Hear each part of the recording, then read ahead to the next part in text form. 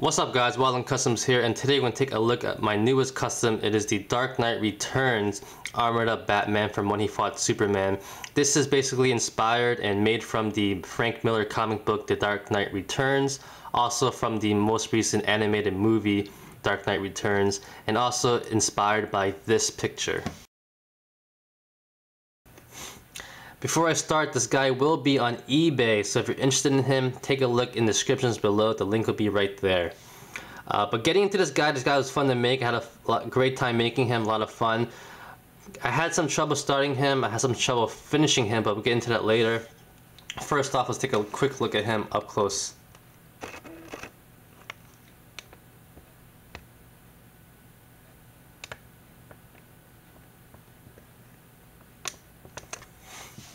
Turn to the side.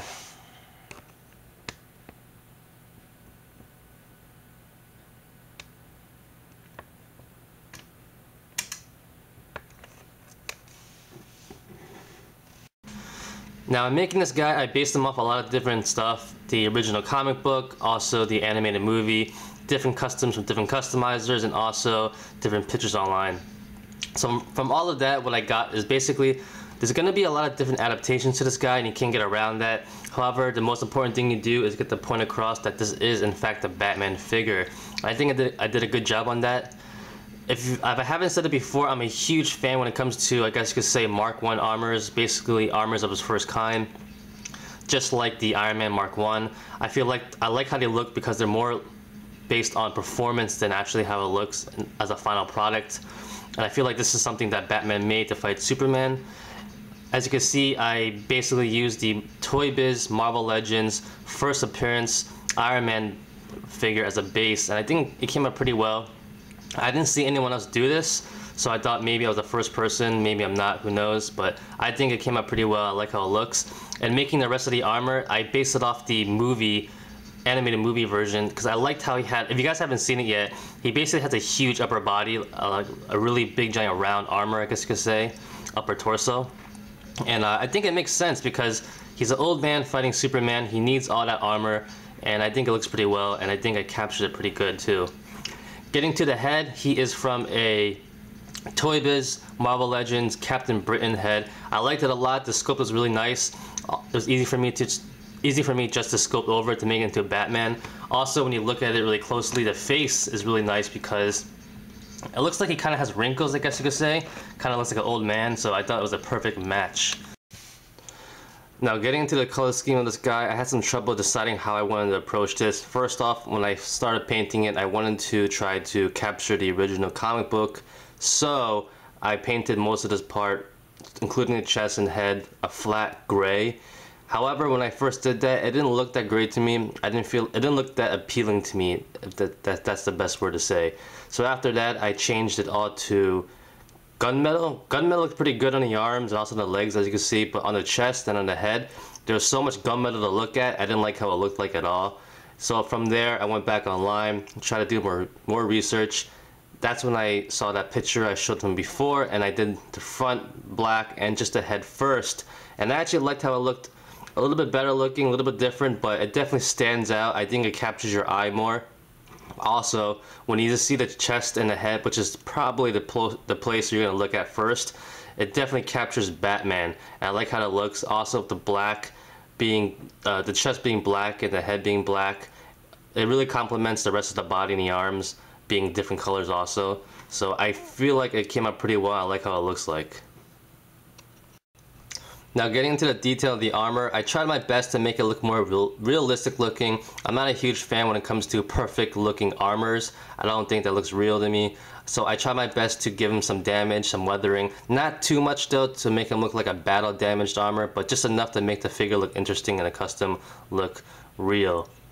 So overall, over the body, you might see some scratches, some marks here and there, just to make it more interesting looking, more realistic, that he's been around the block once or twice. You see over here, a little bit on the head. If you see in the joints, he has some grease, some dirt to make it look more realistic looking also. And I think it came out pretty well. All this contributed to the sculpting and paint work. If you've seen my videos overall in the past, I'm a huge fan of cloth capes. I hate plastic capes, so I did this myself. I think it looks a lot better. It goes down nicely, more realistically and naturally, and I think overall it makes the figure look a lot better.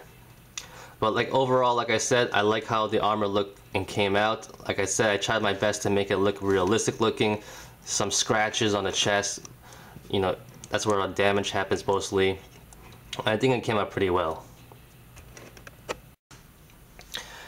Getting into articulation, I had to keep in mind that this is an old man, Bruce Wayne, wearing really big and heavy armor. So he's not going to be as mobile or as agile as he used to be when he was younger, so I kept that into consideration. So getting into articulation, Batman only has a swivel head, only goes left and right, does not go up and down.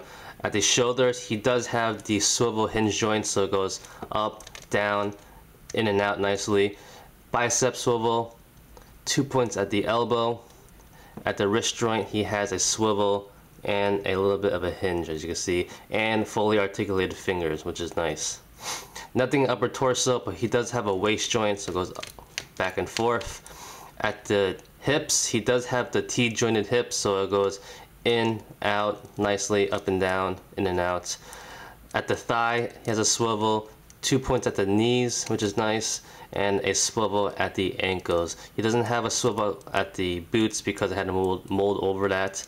And other than that, he still could get him in great poses for when he's gonna fight Superman. So still decent articulation, definitely gonna have a good time with him posing him.